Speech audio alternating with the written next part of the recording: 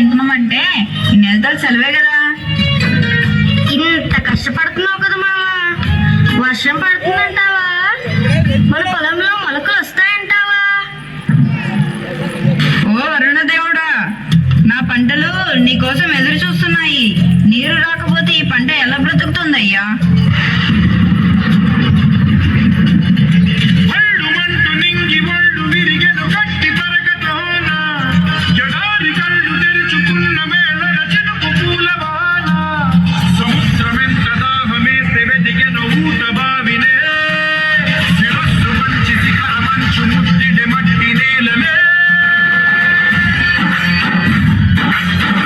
అయ్యా, మన పంటలో మొలకలు వచ్చినట్టున్నాయి చూడు.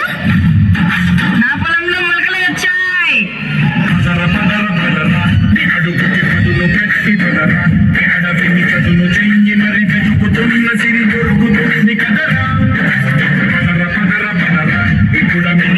చూడు పదరా చిగలు పనులను భుజగటను ప్రశ్నలన్నిటికీ సమాధానమిదిరా.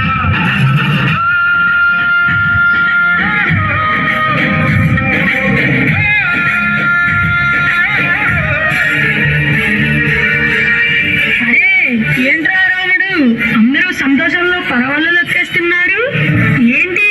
2 చినుకులు పడగానే, కొంచెం పంట కనిపించగానే నీ ముఖంలో ఎంత సంతోషంగా వచ్చేసిందా?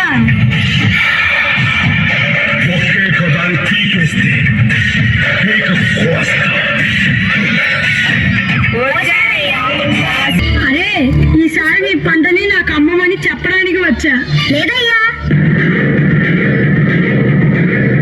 ఈసారి మా పంటని మేమే పట్టణంలో అమ్ముదాం అనుకుంటున్నాం.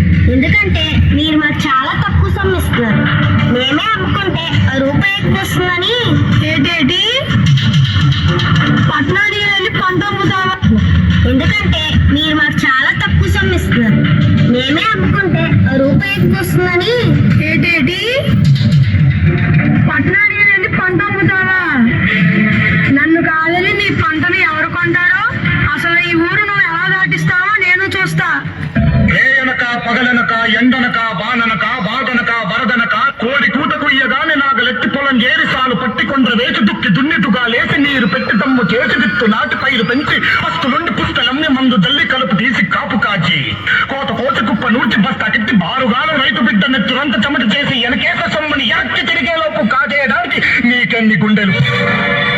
సరేరా, నీ కష్టం తెలియక అలా అనేసాను. నీ ఇష్టం.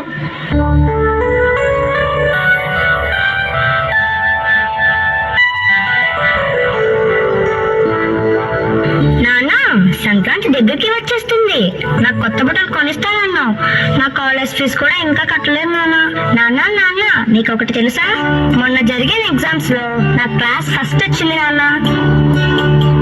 అవునా బంగారు తల్లి, నాకు తెలుసమ్మా. నువ్వు బాగా చదివి పెద్ద డాక్టర్ అయ్యి మన ఊరికి మంచి పేరు తీసుకొస్తావని. ఇక తండ్రి కూతురు కబుర్లు అయిపోతే వచ్చి పడుకోండి. పొద్దున్నే బేగాలేసి పొలానికి వెళ్ళాలి కదా.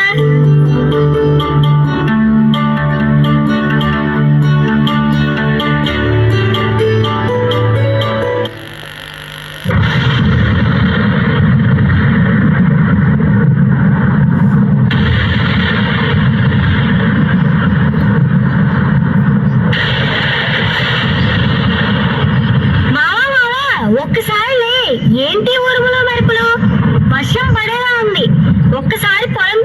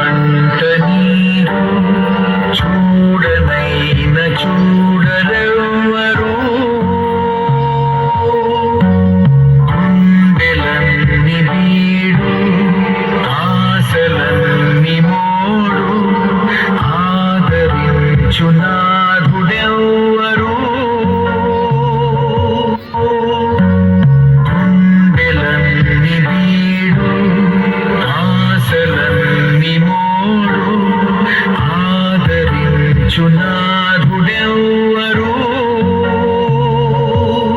ఒకప్పుడు రైతు ధైర్యంగా బతికేవాడు, కానీ ఇప్పుడు రైతు భయంతో బతుకుతున్నాడు. పంట వేయాలంటే నీళ్లుంటాయో లేదో భయం, నీళ్లుంటే పంట చేతికి వస్తుందో లేదో భయం, పంట చేతికి వస్తే దాన్ని ఎలా కాపాడుకోవాలని భయం. అదే భయంతో తను అనుకున్న ధర వచ్చినా రాకపోయినా వచ్చిన ధరకే తన పంటను అమ్మేసుకుంటున్నాడు.